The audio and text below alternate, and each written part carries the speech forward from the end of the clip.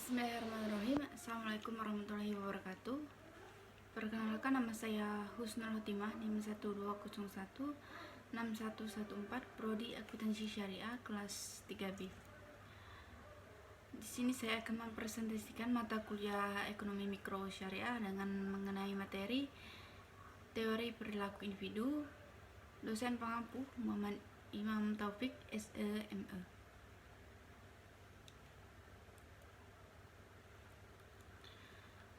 Berbicara tentang perilaku individu, perilaku di dalam organisasi berasal dari dua sumber, yaitu individu dan kelompok. Perilaku kelompok adalah semua kegiatan yang dilakukan dua atau lebih manusia yang berinteraksi dan saling mempengaruhi dan saling bergantung untuk menghasilkan prestasi yang positif untuk jangka panjang dan pertumbuhan diri.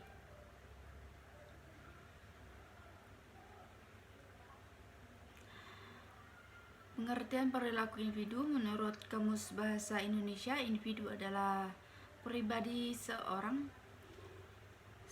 organisme yang hidupnya sendiri, sedangkan perilaku adalah tingkah laku, tanggapan seseorang terhadap lingkungan.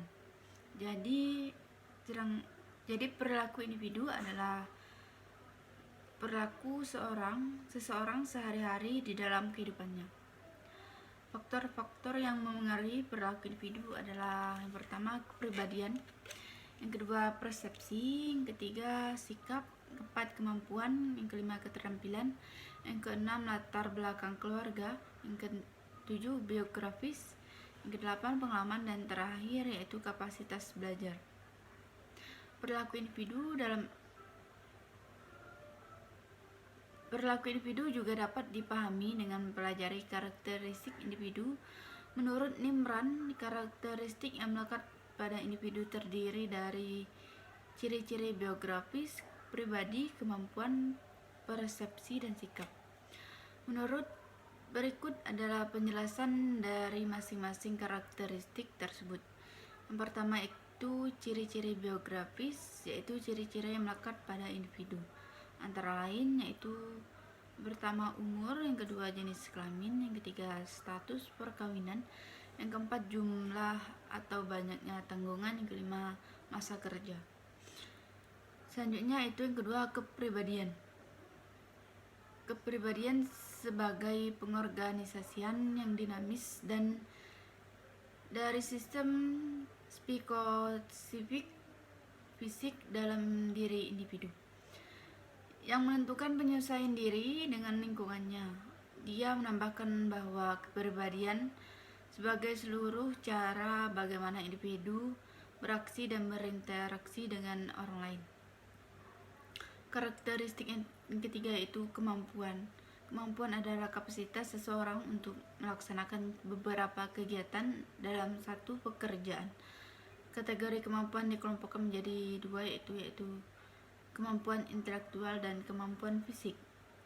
Karakteristik yang keempat yaitu persepsi. Persepsi sebagai suatu proses memperhatikan dan menyeleksi, mengorganisasikan dan menafsirkan stimulus lingkungan. Dia menambahkan bahwa ada sejumlah faktor yang memengaruhi persepsi. Karakteristik yang kelima itu sikap atau attitude. Sikap merupakan suatu kesiapan mental atau emosional dalam beberapa jenis tindakan pada situasi yang tepat. Sikap merupakan satu faktor yang harus dipahami agar kita dapat memahami perilaku orang lain. Dengan saling memahami individu, maka organisasi akan dikelola dengan baik.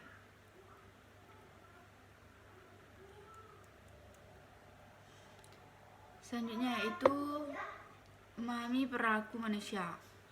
Menurut Toha, perbedaan perilaku manusia beberapa aspek berdasarkan sebagai berikut. Yang pertama yaitu ada manusia berbeda perilakunya karena kemampuannya yang tidak sama.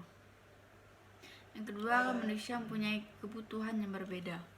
Pada umumnya didorong oleh serangkaian kebutuhan, yaitu beberapa pernyataan dalam diri sendiri atau internal state. yang menyebabkan seseorang itu berbuat untuk mencapainya suatu objek atau hasil. Orang berpikir tentang masa depan dan membuat pilihan tentang bagaimana bertindak. Dan selanjutnya itu kinerja individu. Perilaku individu dapat dipengaruhi oleh effort atau usaha dan ability, kemampuan, dan situasi lingkungan. Effort yaitu usaha individu diwujudkan dalam bentuk motivasi. Motivasi adalah suatu proses untuk menggiatkan motif-motif menjadi perbuatan atau tingkah laku untuk memenuhi kebutuhan dan mencapai tujuan atau keadaan dan kesiapan dalam individu yang mendorong tingkah lakunya untuk berbuat sesuatu dalam mencapai tujuan tertentu. Selanjutnya itu ability. Ability seseorang individu diwujudkan dalam bentuk kompeten. Individu yang kompeten memiliki pengetahuan dan keahlian. Sejak dilahirkan, setiap individu dianugerahi Tuhan dengan bakat dan kemampuan. Bakat adalah kecerdasan alami yang bersifat bawaan. Kemampuan adalah kecerdasan individu yang diperoleh melalui belajar. Selanjutnya itu pengertian perilaku kelompok dalam organisasi. Pengertian perilaku kelompok. Perilaku merupakan suatu fungsi dari interaksi antara individu dan lingkungannya. Sedangkan kelompok merupakan dua individu atau lebih yang berinteraksi dan saling bergantung, bergabung untuk mencapai sasaran tertentu. Jadi definisi dari pengertian perilaku kelompok adalah suatu aktivitas yang dilakukan oleh seorang individu dengan yang lainnya untuk mendapatkan aspirasi anggota, berinteraksi dari setiap individu dan saling bergabung untuk mencapai sasaran yang diinginkan. Baiklah, sekian presentasi dari saya akhiri. Wabillahi taufiq wal hidayah. Wassalamualaikum warahmatullahi wabarakatuh.